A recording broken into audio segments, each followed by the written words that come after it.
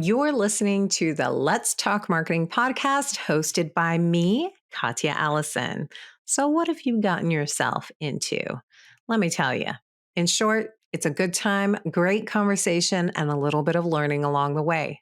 Through insightful interviews with top marketers, entrepreneurs, and thought leaders, I get to explore the latest trends, techniques, and strategies in the world of marketing. I am here to offer you engaging and informative discussions to help you stay up to date on the latest trends and take your marketing skills to the next level. I don't know about you, but I am ready to chat. Are you ready to listen? In today's episode, we are covering one of my favorite subjects, which anybody who knows me knows this. It is content marketing, and we're doing it with the content marketing king. Definitely content marketing royalty. That's what we're talking about. Today, my guest is Joe Pulizzi. Now, Joe Pulizzi is a content marketing expert, best-selling author of 7 books, and founder of The Tilt and creator Economy Expo.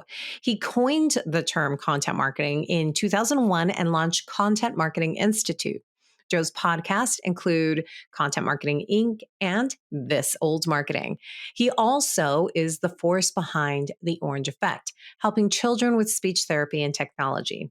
And he's based in Cleveland, Ohio. So let's talk marketing with Joe Pulizzi.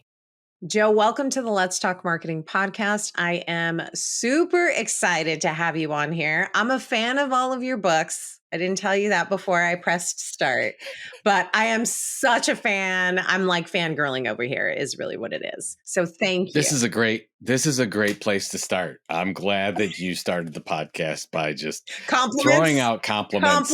It's a really, really good strategy. It's a great strategy when you have somebody on. You can't say, be in a bad you're mood. Amazing. Gotcha. It's great to be on with you. Happy to share some time and we'll have some fun. Absolutely. So today we're going to dive into content marketing. But before we do that, let's get to know you a little bit better. So I always like to ask my guests where their first marketing role was or what your first marketing role was. And then also to see your evolution, what do you currently do? So let's start with your first marketing role. So it's sort of a trick question. I was a marketing intern for the Cleveland Cavaliers basketball team. Okay. So that's my first sort of marketing role. And it really wasn't marketing. I was an intern, so I was getting coffee. And I remember my one job is taking as many Gatorade bottles as I could and shoving them into a Chevy so that people could count them. So anyways, I did those types of things. But I've never, believe it or not, even though I founded Content Marketing Institute, I've never had a formal marketing role. I started in publishing, which thankfully I did because, of course, we'll talk about content marketing in a little bit. I mean, the core is publishing. So I started in 2000. I started as an account manager for Penton Custom Media. And so instead of selling advertising and selling trade show booths, we did custom magazines for Microsoft and Autodesk and Agilent Technologies, helping them tell their stories better. So my first entree into the whole thing was figuring out, okay, here's a large business-to-business company. They don't want to advertise. How do we help them with their goals by not advertising and not interrupting people? So, and then I ended up running that department and left in 2007 and to create what became Content Marketing Institute. Which you then sold. What do you do now? Because you do a myriad of things. So we sold, my wife and I own that company. We sold in 2016, mostly because of our event, Content Marketing World, which was then and still is today the largest in-person event in the world for content marketing, and took a sabbatical in 2018. Best year of my life. Love it. If you can afford to do it, I totally recommend it. And then by the end of that, I actually wrote a novel, my first novel called The Will to Die. I'm working on my second one now. And the pandemic sort of, I was going to be a full-time novelist, Katya. That was sort of my whole goal. I was going to go into writing novels. And then the pandemic came along and I started to get into this thing called the creator economy and trying to help content creators build full-time businesses, what we call content entrepreneurs. And that's what I'm doing now. So we run the event Creator Economy Expo. We just had our second event in Cleveland, Ohio. And we run a site called The Tilt.com, which is a newsletter for content creators to help them become professional content creators and content entrepreneurs. And in the meantime, I've got 2 podcasts and just finished writing another book, Epic Content Marketing, the second Of edition, as course. you talked about. So yeah, I'm doing all the things. It's just a wonderful life, just being sort of a full-time content It creator. is Once you get amazing. into the groove, It is amazing. I it's fun. also appreciate all of the different types of content that you're producing, right? It just in that conversation, it's all from like helpful, like books for marketers with your Epic book, and then your podcast, that's content as well too. Your novel. I mean, all of these things are so huge and such a big chunk. So, I mean, it doesn't look like you're going to slow down anytime soon. No, I enjoy it. I found my passion as a content creator, but I like doing all the things. The one thing I really don't like to do is do the video thing. I'm not big on YouTube, Okay. but we've had the This Old Marketing podcast for over 10 years now. So that's on 375 episodes Yeah. or something. And then I do a 5-minute Content Inc. podcast, which is a motivational one. And then I have a goal of writing a book every 2 years. So 2023 was Epic Content Marketing, but I probably will come out with another one in 24. That will be the novel. Yeah. We'll see. We'll see where it goes. It's funny because the novel, even though a lot of people don't, the novel that I wrote, it is a thriller. It's a small town murder mystery, but it's also educational because the leading protagonist, the protagonist is a marketing agency Oh, owner. I love it. So anyway, marketers will really get a kick out of it because, of course, I get a whole content marketing lesson in there around people dying. So there It's you go. all about the content. That's really what it's all about. I love that Yeah. you already outlined what it is that you like and what you don't like. And I think it's interesting that it's video that you don't like because it's such like a big player right now too. I just interviewed someone who specializes in video marketing specifically. So I was just surprised that you mentioned video.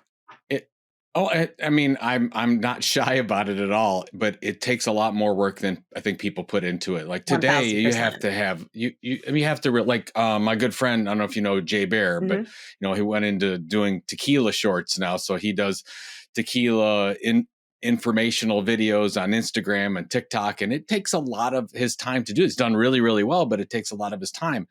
So when I'm looking at the time that I have to give, and so this is sort of a lesson for everyone, Yeah. I do a lot of writing and I do a lot of podcasting. If I was going to open up myself and say, look, I want to focus on this area, doing videos, whether that's on TikTok, Instagram, YouTube, whatever the case is, you have to commit to it consistently over a long-term period of time. So I have to give up something. I'd have to kill something else that I'm doing Yeah. in order to free up time so that I could be excellent at that. Because when a lot of people do say, oh, they got to do all the things, right? They got to be Yes. everywhere.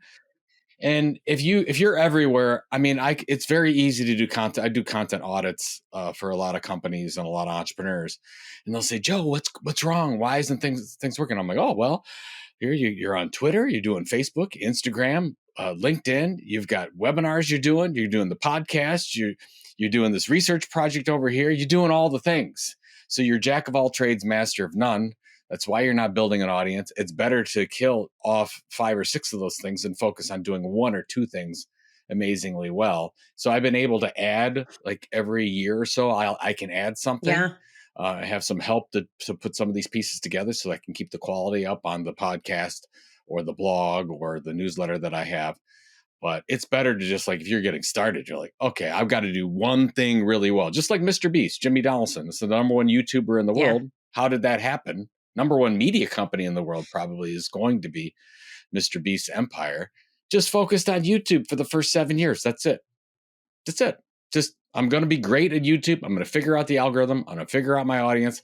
I'm going to figure out what we call a content tilt, your differentiation area. And now Mr. Beast is worth $1 billion. Which is insane. And it doesn't happen by accident. that's how media empires are born. All of that. And That's like, right. you're also, I like that you've connected it to like marketing in general at like this life lesson. I think I view it as this life lesson of like, if these are the things that you love, you are going to have to give up something else in order to pursue That's right. things. So I feel like that's such great advice. Well, Meanwhile, I know we're sort of skipping ahead and we're I know talking we're all about over the content marketing, place. but content, yeah. So welcome to an interview with Joe. Joe's all over the place. Marketing today, to me, is all about focus and patience. Yeah. Two things that most companies don't have. So that's why Agree. most companies are horrible at marketing, because they Agree. don't focus on the core audience and what their differentiation area, what they bring to the table. And then they're patient enough to go past these quarterly reports and these immediate KPIs. Content marketing, somebody comes to me and says, Joe, I want to do a content marketing program. I've got 6 to 9 months. What should I expect? I say, nothing. You should expect nothing. And so maybe some good qualitative feedback. Yeah.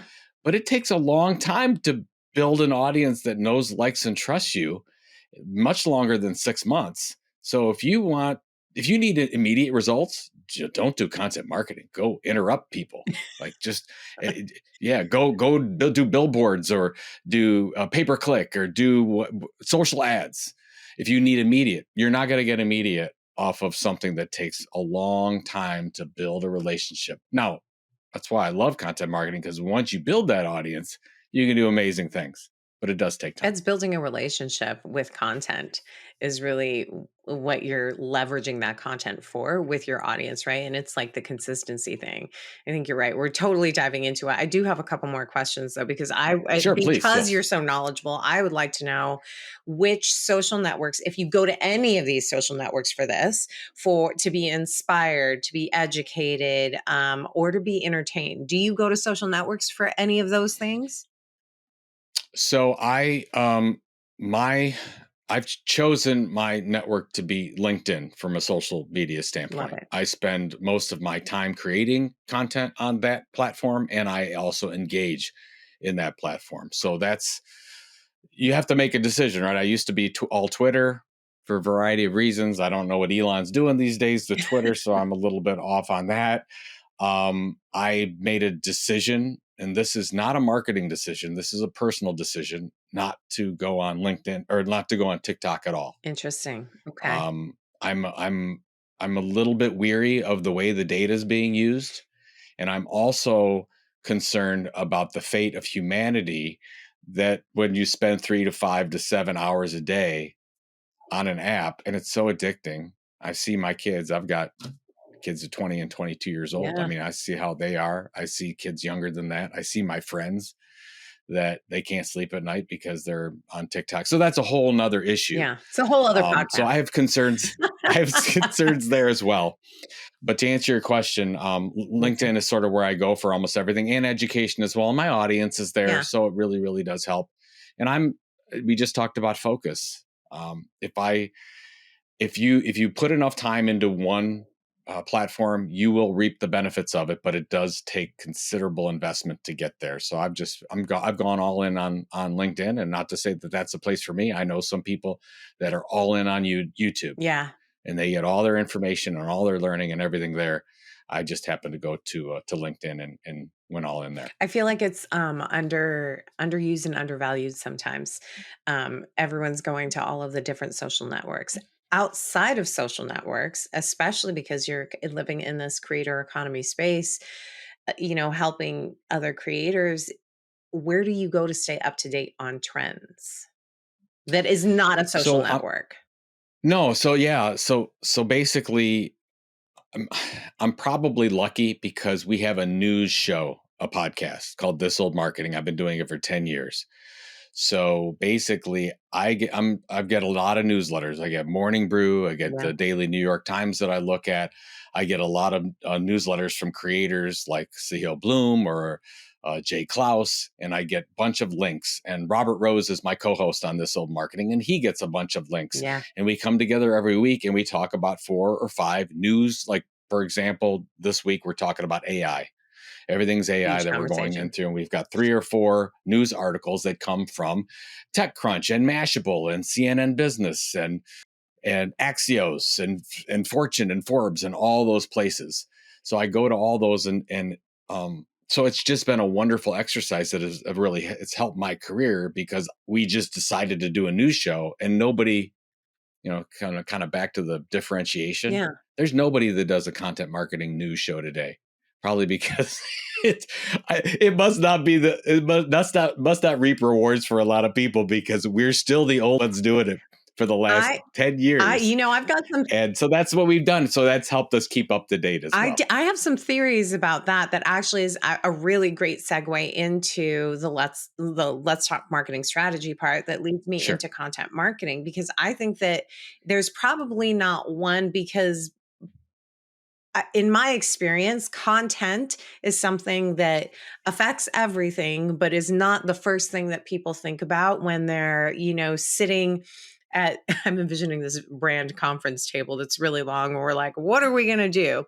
The thought is not always immediate of like, all right, what content can we create to support? So I'd love to hear from you. What's the value of content in any sort of marketing strategy, or is in any business strategy? Like, what is that value? Sure. I mean, marketing is about attention, right? Yeah. So you're trying to get attention that then maintains or change of behavior. That's why we're in marketing. We're Mhm. not doing it. So we're not creating all this content because we want to give hugs out to all our customers, which is a nice thing to do, but hugs don't pay the bills. At the end of the day, we need to maintain or change behavior. So why would we decide to do content marketing? So content marketing is we're going to create valuable, compelling and relevant information on a regular basis to a targeted audience in order to see some kind of a behavior change. I believe that the core to attention today is through delivering consistent information to one person and them subscribing, opting into that information over a long period of time, and they come to know, like, and trust you. When somebody comes to know, like, and trust you, you can sell them just about anything. So that's my belief. That's a content marketing issue, right? So it's Yeah. like we have things that we have to sell right now in the organization, but long term, how are we going to grow and sustain the business? Creating the blog, the newsletter, the podcast, the YouTube series, the webinar series, the event. Yeah. Those are all good things to do as part of building a relationship with your audience. So I feel that absolutely works. Also, for the people today that are entrepreneurs, I also feel it's the best way to start a business. I don't feel you should go and launch and say, I'm going to sell knitting materials today, or I'm going to sell photography equipment. I would say launch something where you can build an audience first. And then once you build that audience, they will tell you exactly what they want to buy. I mean, that's how Content Marketing Institute was started. It was just a blog. It was called The Content Revolution. I started it in 2007. And we started to send out these blog posts 3-4 times a week, build an audience of about 10,000 email subscribers. And then I just talked to them on a regular basis. I sent them emails, I did surveys, and I tried to figure out what their problems were. Joe, we need training for my team. There's nobody out there doing content marketing training. Joe, is there an event out there where I could get all my team together where we could learn these best practices and I could converse with people that are dealing with the same challenges as I am? Well, none of those things were being solved. And I said, okay, well, let's do training and let's create an event called Content Marketing World. So not rocket science at all, but we built the audience first and then went ahead and then launched the products associated with that. So that's why I think that if you were to start, I think that if most companies were to start today with a marketing program, it just makes a lot more sense to say, why don't we just send stuff that our customers need and help them get a better job or live a better life in some way? And if we do a really good job about that, they'll trust us and buy the stuff that they need as well. I don't think that we would launch a business like if everything was level set and we were all starting over, they wouldn't say, let's interrupt people as much as we possibly can. Let's throw all these ads in front of them. That would be the best way to. No, nobody would ever do that. No. We would do it the way that makes sense, like human beings would want to be treated. The problem is, as we talked about this, it just takes time. It just takes a long time for this stuff to work. And a lot of marketers, most marketers just don't have patience. And we live on quarterly reports and stock prices. And they're like, oh, we need the stuff now. Well, that's why you have to build these things in slowly. You can't just say, I'm going to stop all my interruption marketing today to do content marketing. That will get you fired immediately. Well, now someday you could get there 3 years, 4 years. You could absolutely go 100% content marketing, but not at the start. But I also think like there's a way. I've always viewed content as something that can work well with the interruption marketing, as you're calling it, which I love that. It seems so intrusive to call it that. I know, right? Yeah, all of the growth marketers are like, no, don't call it that. Or the performance marketers. But I always feel like content can help support that, right? Because if I've Oh yeah. created like this ebook, right, that I need to get out there, and there's the organic way that does take time, but being able to leverage that ebook as like, is that sexy enough for someone to want to download if I put it in a social ad? Do I want to post it on social organically to see? Do I want to include it in my That's right. newsletter? And a lot of times I think that's the disconnect that I've seen in marketing departments is it's not just, oh, I created this ebook. If you just create it and nobody knows about it, it's like you didn't create it. Is it the tree in the forest? You know? Mm, And it's a great point. That's a great point. I do. My co-host Robert Rose always says that content marketing is like butter. It makes everything better. Makes Oh everything my taste gosh, I'm better. totally going to So if steal that. I love it. It's so he's been true. using that for years. I remember this is like 15 years ago when we were doing workshops and he just had a piece of bread and then the next slide he'd show butter on it. It's like, doesn't this look better? It's just better. So he It's basically would go true. through what about your search programs? Wouldn't it be better if you had all this organic activity? It would be better to have that. And then what about your public relations? It's much better if you add in content marketing where people are searching for stuff and then they start seeing all your content. They get something to subscribe to, an email newsletter or so, and your advertising program, you're doing some campaign around something, and when people start searching for stuff and start finding stuff, they find your other content, your other case study. So yes, it should all work together as one. It's generally not. It's generally it started 20 years ago. It was custom publishing. It was a small unloved group, generally would form meetings by the boiler in the basement of most organizations.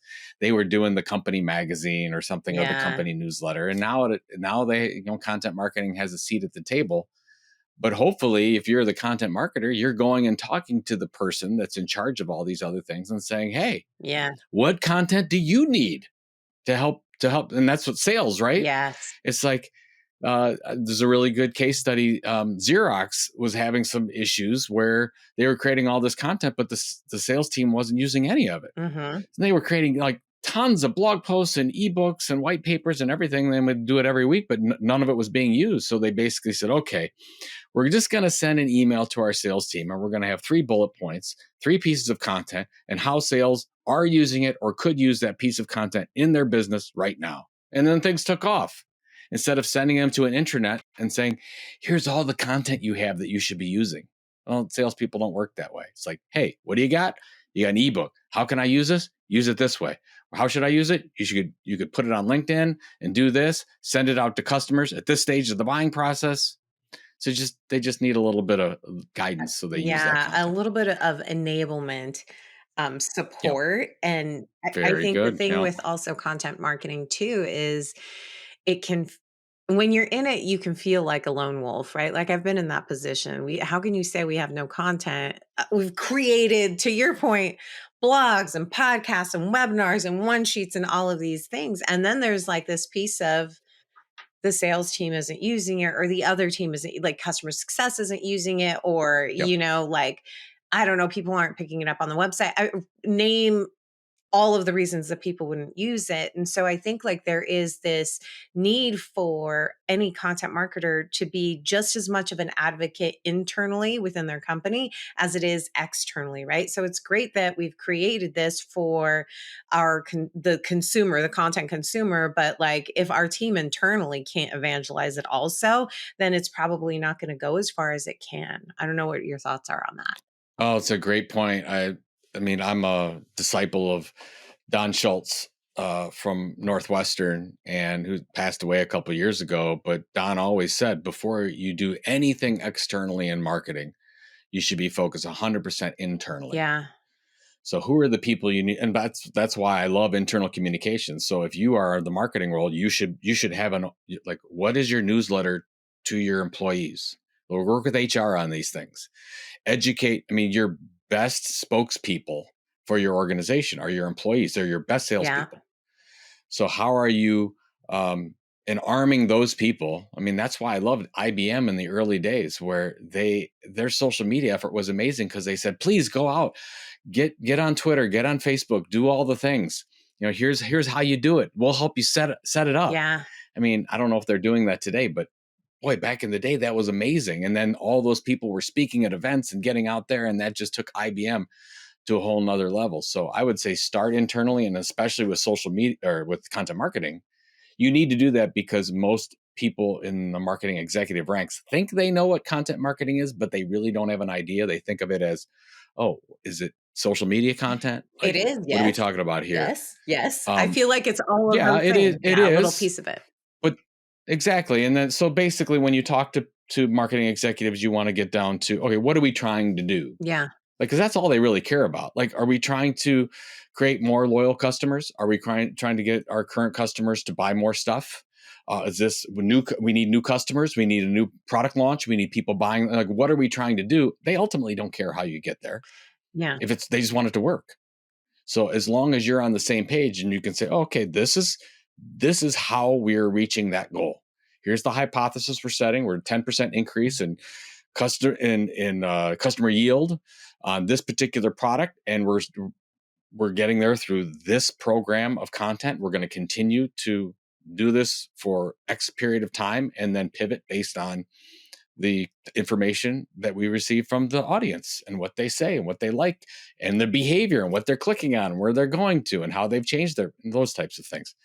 But most CMOs aren't thinking about, oh yeah, we have to do content marketing. That's the content marketing person Yeah, is doing exactly. that. So do your internal plan. I would, yeah, it's helpful every couple weeks to a month, send a little care package, probably an email. I used to send it in our office. I don't think people do that anymore. But an email, go ahead and send out and say, here's the things that we're doing, and here's the positive feedback. We did a magazine for a company in Michigan who was an engineering company. And what the salespeople didn't realize is that other salespeople were using that magazine to get sales calls. Yeah. So it's like, oh, we need to tell the other salespeople how those other ones are using it to get in the door to meetings they would never have unless we had this magazine. And So let everybody know. educated them internally as well to be able to do that. I also think with marketing execs, well, not only just marketing execs, I think execs in general, when it comes to like identifying the value of content marketing, because at that executive level, everyone's very focused on the bottom line. Like, did that ebook give me sales? Or is this podcast worth it? Like, there's a litany of different things that like you get tasked with. So I'm wondering, how do you measure the success of content, right? Like, how do I go to an executive team and say, like, we do need these ebooks. This is, or maybe that's what the answer is. We Yep. need this piece of content, and this is what I need it to do. So I have two answers Okay. for you on that. First of all, you measure it how you measure everything else. You don't go in with a whole new playbook and say, okay, CMO, marketing executive team, content marketing is different. So you got to measure it differently. Boy, that's never going to work. Yeah. How is marketing currently measured in your organization? And then your job is to make sure that you can show that through your program. Done. Don't reinvent the wheel. Then those are the early days of content marketing, when you get the content champions going in and say, we're going to show value per subscriber. Nothing wrong with that, by the way. I love that, and I'll talk about that in a second. And so this is how we're going to show it. It's like, great, value per subscriber, whatever, but I got to sell this stuff over here. But I'm looking for lead gen, and I'm looking for hot leads, and what that means and how we look at that, or these KPIs or these behaviors, whatever it is. So don't reinvent that. So that's what I would say. If you want to run a content marketing program, first figure out how marketing is judged in your organization, and then you fit it. Don't do Okay. it the other way around. Now, my favorite one is, what's the value of a subscriber? So how do you measure that? So here's a really good example. And this is one from TD Ameritrade. They had a magazine called Think Money Magazine. And it was a print magazine, and it's very difficult to measure a print magazine. So how are they going to do it? It took them 2 years to get this data. But what they found out is that those traders, they were targeting traders, high volume traders that traded a lot of stocks and derivatives and whatnot. They found out through their CRM system and marketing automation system and everything that they were using that those people that subscribed to that magazine traded 5 times more than those that did not. Took them 2 years to get it, but amazing. I mean, the most amazing ROI you'll ever see, because you say, oh my God, this magazine, when it gets into the hands of our audience, they're a better customer. Yeah. And then you're like, that's all we want. We want customers just like that. So you start looking at your business a little bit differently and say, oh my God, this is fantastic. If we just had customers like that. So then you start thinking, well, okay, that's a nurturing process. That means that we're going to think differently about how we market. That's how things get changed by having something like that. So that's what I would say is, how do you measure the value of a subscriber? What's the behavior change between those that get your content and those that don't? If you can't show that, it's probably a problem with your content somewhere, your distribution strategy or something like that. But that's what I like to see. That's my favorite. I also like that you just ended with like it. You have to take a look at your distribution strategy as well too, because it's one thing creating it, and now like it is now you have to distribute it and get it out to the masses, because there's always a number that's Yep. attached to that for sure. Well, we used to do I've got so many stories for you, but we used to do a program with one of the largest tech companies in the world, and they just churning out content like crazy. They found that 90% of their content was getting like less than 10 views. Yeah. And they're just keep churning, and they were measuring it based on the amount of content they produced. I'm like, oh geez, It takes so much to what? produce content as well too. Yeah, I would just, and this is where a lot of people get confused with content marketing, because the content comes first and then the marketing, and actually should be switched. Because if you look at most content marketing departments, about 20 to 25% of time is spent on creating content. Yeah. 75% is spent on distributing that content, promoting that content, make sure it gets found, gets with the right person. Yeah. So that's where you might need to look in your organization and say, maybe we need to pull back the amount of content, focus on something that we can do better than anyone else, and then put a lot of that interruption marketing behind that piece of content to get it out into the hands so you can start building an audience. And then ultimately, as those things go, then you can pull back the promotion and distribution, because you're like, okay, this is starting to work, and you've got the flywheel working and everything's going. I love that you just said that. And I'm hoping that you can give some tips for like identifying the right content that you should be creating. And I don't mean like literally like, Sure. because it's going to be case by case of what, Yeah. your audience and like who you are and the value that you're bringing. But like, what if I'm stepping into this and I've got a ton of content that I've created? Yeah. How do I decide? So yeah, it's a tough question to answer, but 90% of marketers out there are in the same boat. And this is the boat. You're producing too much content in too many places. Mm-hmm. The average, if you look at Content Marketing Institute stats, the average enterprise creates and distributes content 13 to 16 different ways. That means that they're probably failing. Because they're not at they're not the New York Times maturity level where they can do these types of things. So what I would probably recommend doing is do a cursory audit. You don't have to spend a lot of money on it, but spend a week or two and do an audit of all the things that you're doing. But I'm doing the blog. We've got a content program for LinkedIn or Facebook or a group somewhere, Discord. I don't know what you've got going on, but put them all down and you'll look at it and it's like, oh my God, we're creating content for 15 different ways. Yeah.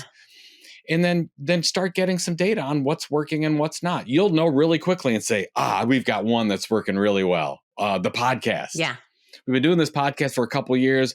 We're really subscribers are starting to go. We've got some partnership programs, so it's really getting promoted. It's starting to get talked about online and social. Great. We like this podcast.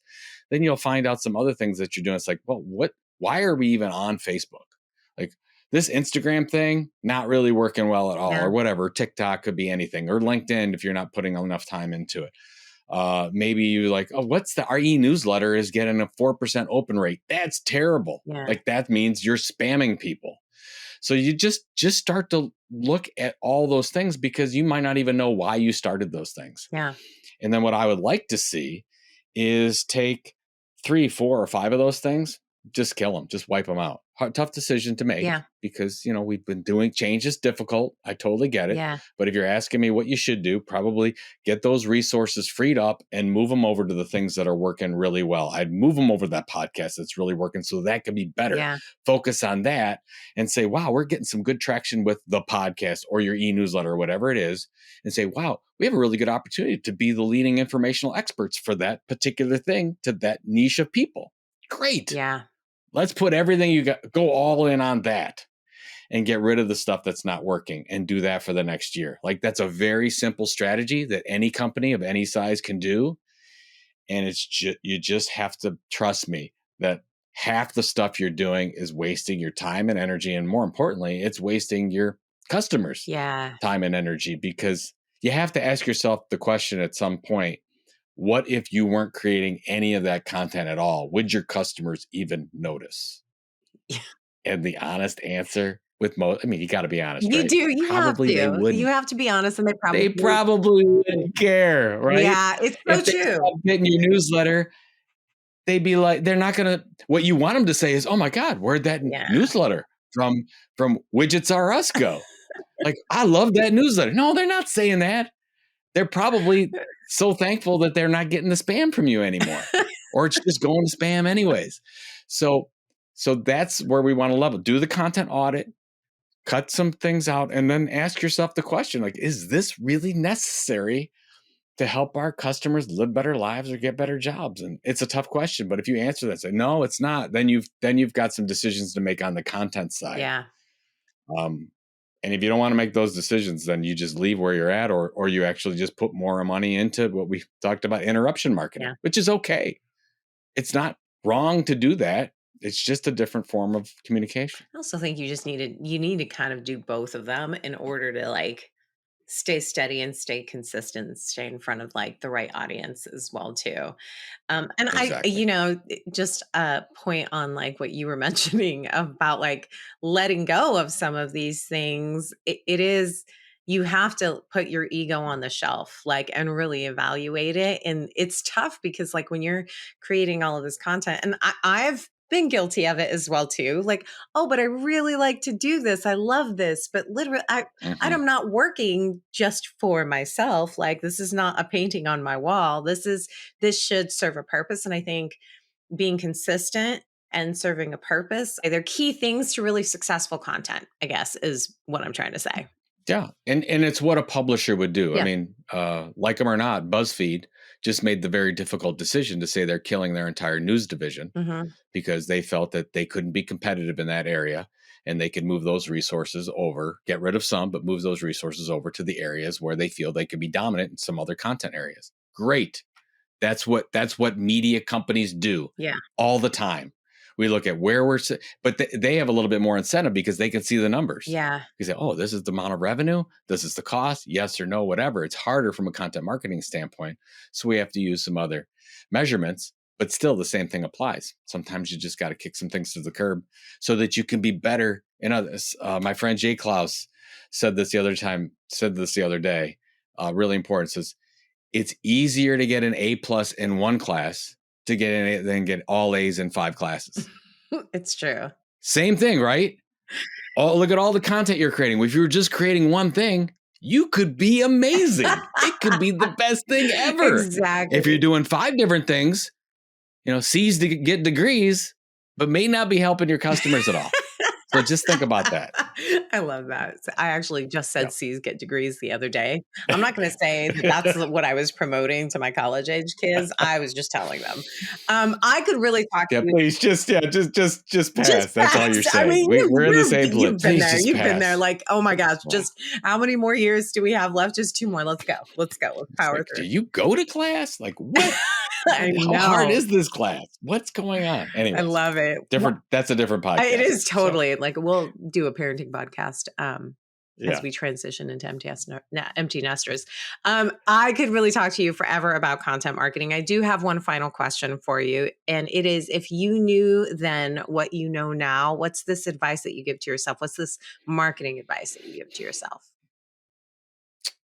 Well, from a tactical standpoint, I would have gone into email much earlier. Ooh, There were 2 years where we weren't focused on our email marketing strategy and just doing the blog posts and whatever. And we missed a lot of subscribers that way. And that's the ultimate measurement for me from a content marketing standpoint is all the other fans and subscribers are great. Love to have them. yeah, Want the LinkedIn followers and everything. But at the end of the day, I don't control any of that data. That's all rented land. yeah, They can change the rules at any point. Where do I have some control? I've got that opt-in connection through an email address. As far as I can tell, that's not going away.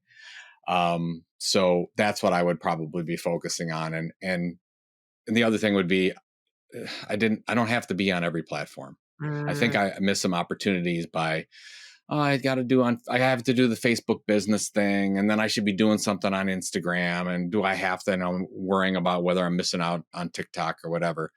I wish that I should have just stayed the course with LinkedIn. By the way, my LinkedIn channel is fine. I'm doing really very happy with it, but I've missed a couple years of consistency yeah, where I really could have built that in and felt like I lost some time there. So I'd say email and then just focus on the one channel. yeah. In my case, it would be LinkedIn, and I'd be a lot better off. Those are really, really great tips to leave people. And I'm right on board with you in regards to just do what you're doing really well instead of spreading yourself thin.